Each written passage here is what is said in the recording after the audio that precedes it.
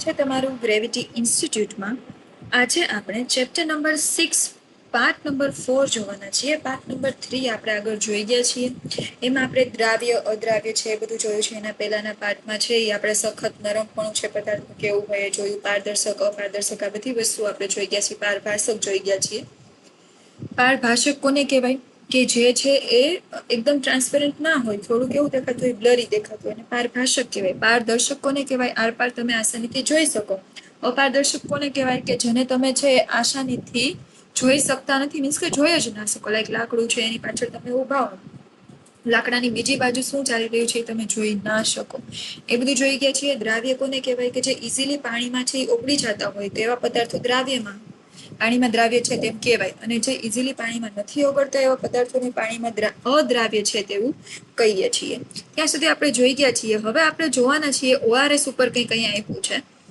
જો તમે આપણી ચેનલ સબસ્ક્રાઇબ નથી કરી તો પહેલા સબસ્ક્રાઇબ કરી લો, લાઇક કરો, તમારા ફ્રેન્ડ સર્કલ સુધી આપણો જે વિડીયો છે એ પહોંચાડો, એટલે વધુમાં વધુ આવા વિડીયોઝ છે અપલોડ કરવાની કંઈક ઇન્સ્પિરેશન મળે. હવે જોઈએ છીએ તમારું પોતાનું જ ORS બનાવો. હવે આપણે છે બીમાર પડીએ ને ત્યારે છે ને ORS આપતા હોઈએ કે ડાયરેક્ટ તમને તમારા બોડીને એનર્જી મળે. તમને ડાયરિયા થયા હોય એ બધું હોય ત્યારે તમારા બોડીમાં છે ન્યુટ્રિયન્ટ્સ ઘટવા માંડે, પાણી ઘટવા માંડે, તો એટલા માટે તમને ORS આપવામાં આવે. એમાં બધા ન્યુટ્રિયન્ટ્સ હોય છે, જે ખનિજ તત્વો તમારે જોતા હોય એ બધા એમાં હોય. અને બીજું કે પાણી હારે પીવાનું છે એટલે પાણી પણ તમારા બોડીમાં ઘટે નહીં. હવે ORS ઘરે બનાવવું હોય તો કઈ રીતે બનાવી શકાય? જો ORS એટલે કે એનું ફૂલ ફોર્મ તમારે યાદ રાખવાનું છે. 1 માર્કમાં પૂછાઈ શકે. Oral rehydration solution. એનો ઉપયોગ છે એ ઝાડા, ડાયરિયા અથવા અન્ય બીમારીઓને કારણે થયેલ પાણીની ઘટ, નિર્જલીકરણ એટલે કે ડિહાઇડ્રેશનની સારવાર માટે થાય છે. તમારા બોડીમાં જ્યારે પાણી ઘટવા માંડે ને ત્યારે તમે બીમાર પડો છો, ઝાડા થાય ત્યારે તમને પાણી ઘટે છે, કંઈ બીમારી થાય તો પાણી ઘટે, તો ત્યારે છે આની સારવાર માટે તમને ORS આપવામાં આવે છે. ઓરલ રિહાઇડ્રેશન સોલ્યુશન આપવામાં આવે છે. ઓરલ એટલે કે તમે માઉથથી લો છો એટલે. તૈયાર ORS પેકેટ પ્રાથમિક આરોગ્ય કેન્દ્રો અને બજારમાં પણ ઉપલબ્ધ હોય છે. જો આપણે મોસ્ટલી બધાને પેકેટ છે એ ડોક્ટર આપતા હોય તો એ તૈયાર હોય છે. દરેક પેકેટને 1 લીટર પાણીમાં ઉગાડીને ઉપયોગ કરવામાં આવે છે. જો તૈયાર ORS પેકેટ ઉપલબ્ધ ન હોય તો ઉકાળીને ઠંડુ કરેલા 1 લીટર પાણીમાં 6 ચમચી ખાંડ નાખવાની અને અડધી ચમચી મીઠું ભેળવીને ઘરે જ ORS તૈયાર કરી શકાય છે. જો ખાસ યાદ રાખજો, આ વસ્તુ છે એ તમે મોટા થાવ ને પછી એ યુઝ કરી શકો. કે તમે માર્કેટમાં લેવા માટે નીકળી નથી શકો એમ, અથવા તો કંઈ એટલી ઇમરજન્સીની જરૂર છે કે તાત્કાલિક બોડીને છે એ પાણી ઘટવા માંડ્યું હોય અને નબળાઈ આવી ગઈ હોય તો તમે ઘરે શું કરવાનું છે? પહેલા પાણીને ઉકાળવાનું છે, પછી એને ઠંડુ પડવા દેવાનું, 6 ચમચી ખાંડ નાખી દેવાની અને અડધી ચમચી છે એ મીઠું નાખીને તમે ORS બનાવી શકો છો. અને પાણી તમારે 1 લીટર જેટલું લેવાનું છે, યાદ રાખજો. તો આ ORS છે એ તમે તમારા મુશ્કેલીના ટાઈમે તમે આસાનીથી બનાવી શકો. અને કઈ રીતે તમને ઉપયોગમાં આવે છે એ મેં તમને સમજાવી દીધું. આ બે જે રોગ છે, ડાયરિયા છે, ઝાડા અને અન્ય બીમારી, તો એવું તમે લખી શકો છો. એવું પણ પૂછાઈ શકે કે ક્યારે ORS ની જરૂર પડે. શું તેલ, વિનેગર અને મધ જેવા પ્રવાહી પાણીમાં ઓગળી જાય છે?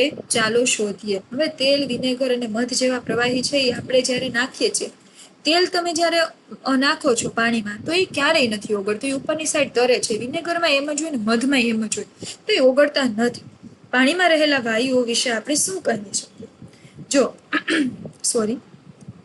પાણીમાં જેટલા વાયુ હોય, લાઈક ઓક્સિજન છે, તો એ માછલીઓ છે ઓક્સિજન જ છે એ વાયુ પોતાના શ્વાસમાં છે એ ઉપયોગ કરે છે. તો એ પાણીમાં ઓગળેલું ઓક્સિજન ને એનો જ યુઝ કરી શકે. તો પાણીમાં ઓગળેલો વાયુ છે એના અલગ પ્રેશરને કારણે ઓગળે છે. હવે જોઈએ, કેટલાક પ્રવાહી પાણીમાં સંપૂર્ણપણે મિશ્રિત એટલે કે ભળી જાય છે અને કેટલાક પ્રવાહી પાણીમાં મિશ્રિત થતા નથી અને તેમને થોડા સમય સુધી ખલેલ પહોંચાડવામાં ન આવે તો તે એક અલગ સ્તર બનાવે છે. હવે તેલ છે તમે એકવાર ઘરે ટ્રાય કરજો. એક ગ્લાસ એક પાણીમાં થોડુંક તેલ નાખજો, થોડી વાર ચમચીથી હલાવજો, પેલા બબલ્સ ક્રિએટ થશે, ભળવાનું આપણે એમ લાગે ભળે, પણ થોડીક વાર પછી છે એ પોતાનું એક લેયર બનાવી દેશે. તેલ ઉપર રહી જશે અને પાણી નીચે રહી જશે. એ ઘરે એક્સપેરિમેન્ટ કરી શકાય આવો. તેવી જ રીતે કેટલાક વાયુઓ પાણીમાં દ્રાવ્ય હોય છે અને કેટલાક વાયુઓ પાણીમાં દ્રાવ્ય હોતા નથી. ઉદાહરણ તરીકે ઓક્સિજન વાયુ પાણીમાં ઓગળે છે, જે પાણીમાં રહેતા પ્રાણીઓ અને વનસ્પતિના અસ્તિત્વ માટે ખૂબ જ મહત્વપૂર્ણ છે. આ ખાસ યાદ રાખજો. ઓક્સિજન છે એ પાણીમાં ઓગળે એટલે જ આખી જે કંઈ પણ ઓશિયન એટલે કે સમુદ્રમાં જેટલી પણ પ્રાણીઓ અથવા તો વનસ્પતિઓ રહે છે તો એને છે એ જીવંત આપણે રાખી શકીએ છીએ, નહીતર આ બધું પોસિબલ થાત નહીં. હવે પછી 6.3.5 કેટલું ભારે કે હલકું. હવે કોઈ પદાર્થ કેટલો ભારે છે કે હલકો છે એ કઈ રીતે જાણી શકીએ? તમે એક ઓલી પહેલી છે એ તો સાંભળી જ હશે. વારંવાર કોઈ ટીચર એવું કંઈ તમને પૂછ્યું હોય તો ભલે, ન પૂછ્યું હોય તો હું તમને પૂછું કે હું 5 કિલો લોખંડ લઉં અને 5 કિલો રૂ લઉં તો એમાંથી વધારે ભારે કયું છે? આનો આન્સર તમને આવડી શકે? વિચારો જોઈને. 5 કિલો મેં એક લોખંડ લીધું છે, 5 કિલો રૂ લીધું છે, તો એમાંથી ભારે કોણ છે? આનો આન્સર શું આવે ખબર છે? એનો આન્સર એવો આવશે કે બે છે એક જ વજનના છે. અડધાને એમ થાય કે રૂ છે, રૂ તો હલકું હોય, પણ એવું નથી. બે 5-5 કિલો તમને આગળ આપી દીધા છે. આજે ઇન્સ્ટાગ્રામમાં રીલ્સમાં ને બહુ વાયરલ થતું હોય છે. એટલે આવું કોઈ ક્વેશ્ચન પૂછે તો તમારે તમારી બુદ્ધિનો ઉપયોગ કરવાનો છે કે બે 5-5 કિલો ઓલરેડી તમને કહી દીધું છે, તો બેના વજન તો તમને આપી જ દીધા છે. એ પછી રૂ ભલે ને તમને આમ જાજુ આપ્યું હોય, પણ છે તો 5 જ કિલો.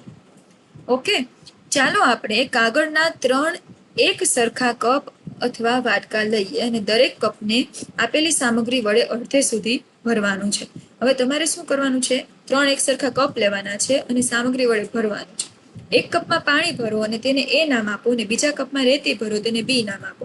ત્રીજામાં કાંકરા ભરવાના છે અને સી નામ આપવાનું છે. અનુમાન કરો કે કયું ભારે હશે અને કયું હલકું હશે. પાણી ભરવાનું છે, રેતી ભરવાનું છે, પછી કાંકરા ભરવાના છે. વજન કાંટા આકૃતિ નંબર 6.7 નો ઉપયોગ કરીને દરેક કપનું જે વજન છે એ કરવાનું છે અને વાંચનાંકને તમારી નોટબુકમાં નોંધવાનું છે. મેળવેલ માહિતીની સરખામણી કરો અને તારણ કાઢો કે કઈ સામગ્રી ભારે હશે અને કઈ હલકી હશે. હવે જો પ્રવૃત્તિ નંબર 6.8 ના આધારે આપણે કહી શકીએ કે કોઈ પણ સામગ્રી ભારે છે કે હલકી છે એના દળ નામના ગુણધર્મને માપીને જ જાણી શકાય છે. એનું દળ એટલે કે એનું માસ તમે જાણો ત્યારે તમે એને ખબર પડશે કે પાણી છે એ વધારે વજન વાળું હતું કે રેતી. જે સામગ્રી ભારે હોય છે તેનું દળ વધારે હોય છે અને જે હલકી હોય છે તેનું દળ કેવું હોય છે? ઓછું હોય છે. દળ છે એ દળ એટલે શું થાય ખબર? એક વજન જ થાય. દળ છે એ વજન માટે જ ઉપયોગમાં લેવાય. જો તમને ગ્રીન કલરના બોક્સમાં આપ્યું શું આપ્યું છે? કેટલીક વાર સામાન્ય ભાષામાં દળ એટલે વજન શબ્દનો ઉપયોગ થાય છે, કારણ કે વજન દ્વારા નક્કી થાય છે. તમે દળ અને વજન તથા તેમની જે વચ્ચેના સંબંધ છે એના વિશે વધુ અભ્યાસ આગળના ધોરણમાં કરશો. તમે જ્યારે 11th સાયન્સમાં આવશો ને ત્યારે તમે વધારે દળ અને વજનની કમ્પેરિઝન કરતા શીખી જશો. દળ છે એને કદ પ્રમાણે પણ દળ નક્કી થાય. એટલે છે ને વજનમાં કદનો ગણતરી કરવામાં આવે, પણ દળ હોય ને એમાં કદ પણ નક્કી કરવામાં આવે. એ બધું તમે મોટા થશો એટલે શીખશો. પણ અહીંયા તમારે દળ એટલે વજન જ સમજવાનું છે, બીજું કંઈ નહીં. એટલે કોઈ વસ્તુનું વજન છે એ દળ પ્રમાણે નક્કી થાય છે. દળ વધારે હશે તો એનું વજન વધારે હોય તો એ વસ્તુ ભારે છે એમ કહેવાય, અને દળ ઓછું હશે તો એ વસ્તુ છે એ ઓછી મીન્સ ભારે એટલે કે હલકી છે એમ કહેવાય. ભારેનું ઓપોઝિટ. હવે 6.3.6 આપ્યું છે જગ્યા અને કદ, શેપ એન્ડ વોલ્યુમ. જો શું કીધું છે જોઈએ. અહીં તમને કંઈક એક આપ્યું છે. આકૃતિ નંબર 6.8 આપ્યું છે. પાણીના વિવિધ સ્તર વાળા કાચના પ્યાલા આપ્યા છે. એક કાચનો ગ્લાસ આપ્યો છે. બે સેમ જ છે. બેમાં પાણી સરખું ભરાઈ શકે, પણ અહીંયા છે ને અડધો પાણીનો ગ્લાસ ભર્યો છે, અહીંયા આખો પાણીનો ગ્લાસ ભર્યો છે. અડધો પાણીનો ગ્લાસ અને આખા પાણીના સંપૂર્ણપણે પાણીના ગ્લાસ ભરેલા, આ બેની પાછળનું રીઝન શું છે એ જોઈએ આપણે. બીજા દિવસે વિદ્યાબેન વર્ગમાં પ્રવેશે છે. બધા વિદ્યાર્થીઓ ઊભા થઈને તેમનું અભિવાદન કરે છે. તેનો અભિવાદન સ્વીકારે છે અને ઈરાદાપૂર્વક કહે છે, કૃપા કરીને તમારા દફતર તમારી જગ્યા ઉપર રાખો અને બેસી જાઓ. જગ્યા ઉપર દફતર રાખેલા હોવાથી વિદ્યાર્થીઓ બેસી શકતા નથી. વિદ્યાબેન પૂછે છે, તમે કેમ બેસી રહ્યા નથી? તો વિદ્યાર્થીઓ જવાબ આપે છે કે બેસવાની જગ્યા નથી, કારણ કે દફતરે જગ્યા રોકી લીધી છે. હવે આ બધી વસ્તુ થાય છે, તમને નોર્મલી બધી સમજાય જ ગયું છે કે તમને જગ્યા ન હોય બેસવાનું કે એટલે તમને એનો મિનિંગ એવો કે એની જગ્યા છે એ કોકે રોકેલી છે. વાતચીત ચાલુ રાખતા વિદ્યાબેન બે વિદ્યાર્થીઓના કાચના બે સમાન પ્યાલા આપે છે અને વિદ્યાર્થીઓને શું કહે છે કે તેમની બોટલમાં બાકી રહેલું પાણી વારાફરતી પ્યાલામાં નાખવા છે પ્રોત્સાહિત કરે છે. કાચના પ્યાલામાં પાણી નાખવા પર વિદ્યાર્થીઓ છે એ જુએ છે કે એક કાચનો પ્યાલો પાણીથી અડધો ભરાઈ જાય છે, જ્યારે બીજો જે પ્યાલો છે એ પાણીથી સંપૂર્ણપણે ભરાઈ જાય છે. જે પ્યાલામાં પાણીનું સ્તર પ્યાલામાં પાણીનું સ્તર શું કામ જુદું જુદું છે? વિદ્યાબેન સમજાવે છે કે એક જ સ્થિતિમાં બંને પ્યાલા સમાન ક્ષમતા ધરાવે છે. દરેક કિસ્સામાં પાણીનું સ્તર અલગ અલગ હોય છે. તે દર્શાવે છે કે દરેક પ્યાલામાં જે પાણીનું પ્રમાણ છે એ કેવું હોય છે? અલગ અલગ હોવાનું છે. પાણીનું પ્રમાણ અલગ અલગ છે એટલે તમને ખબર પડી કે એકમાં અડધું જ ભર્યું છે ને એકમાં આખું ભર્યું છે. પ્રથમ પ્યાલામાં પાણી ઓછી જગ્યા રોકે છે, જે દર્શાવે છે કે આ પ્યાલામાં પાણીનું પ્રમાણ છે એ બીજા પ્યાલામાં રહેલા પાણી કરતા કેવું હોય છે, ઓછું હોય છે. એ તો આપણને જોતા જ ખબર પડી જાય છે. પાણી દ્વારા રોકાતી જગ્યા પાણીનું કદ દર્શાવે છે. જો અહીંયા છે પાણીનું કદ ઓછું છે કેમ કે એને જગ્યા ઓછી રોકી છે, અને અહીંયા પાણીનું કદ કેવું છે, વધારે છે, કેમ કે એને જગ્યા કેવી રોકેલી છે, વધારે રોકેલી છે. હવે શું કીધું છે, શા માટે હું જગમાં પાણીની ખાલી બોટલમાં પાણી સંપૂર્ણપણે સ્થાનાંતરિત કરી શકી નહીં. હવે મને તેની પાછળનું કારણ ખબર પડી. આ છોકરીને છે એ નહોતી ખબર પડતી, નોર્મલી આપણને ખબર પડે જ કે જગનું જે પાણી છે એ ઓલવેઝ કેવું હોવાનું છે, વધારે હોવાનું છે. હવે એ તમે ખાલી બોટલમાં નાખો તો ઓબ્વિયસ છે કે અમુક ટાઈમ સુધી છે બોટલ ભરાઈ જવાની છે, બહાર પાણી છલકાશે, કેમ કે જગમાં છે જગ્યા વધારે છે, એટલે એનું પાણીમાં એનું જે પાણીનું કદ એમાં રહેલું હશે એ કેવું હશે, વધારે હશે. અને આ બોટલ છે એમાં કદ ઓછું સમાશે પાણી, એટલી તમને ખબર પડી ગઈ. હવે તમે બજારમાં વિવિધ કદની પીવાના પાણીની બોટલ વેચાતી જોઈ હશે. હવે આપણે બહાર જઈએ એટલે આપણે 10 રૂપિયા વાળી 20 રૂપિયા વાળી બોટલ છે એ પાણીની જોતા હોઈએ. શું તમે બોટલ ઉપર જથ્થા તરીકે 1 લીટરની છે, 500 ml છે, 200 ml નું છે, એવું બધું લખાયેલું જોયું છે? આ બાબત બોટલમાં પાણીનું કદ દર્શાવે છે. હવે આવું બધું તમે જોયું છે તો એ શું દર્શાવે છે કે એક બોટલ, ધારો કે એક જ શેપની તમે બોટલ લ્યો છો, તો એમાં એકમાં 1 લીટરનું ભરેલું, એકમાં 500 ml છે, અથવા તો અલગ અલગ શેપની અલગ અલગ બોટલ હોય તો એના કદ પ્રમાણે એમાં જેટલું પાણી સમાય છે એ એમાં લખવામાં આવે છે.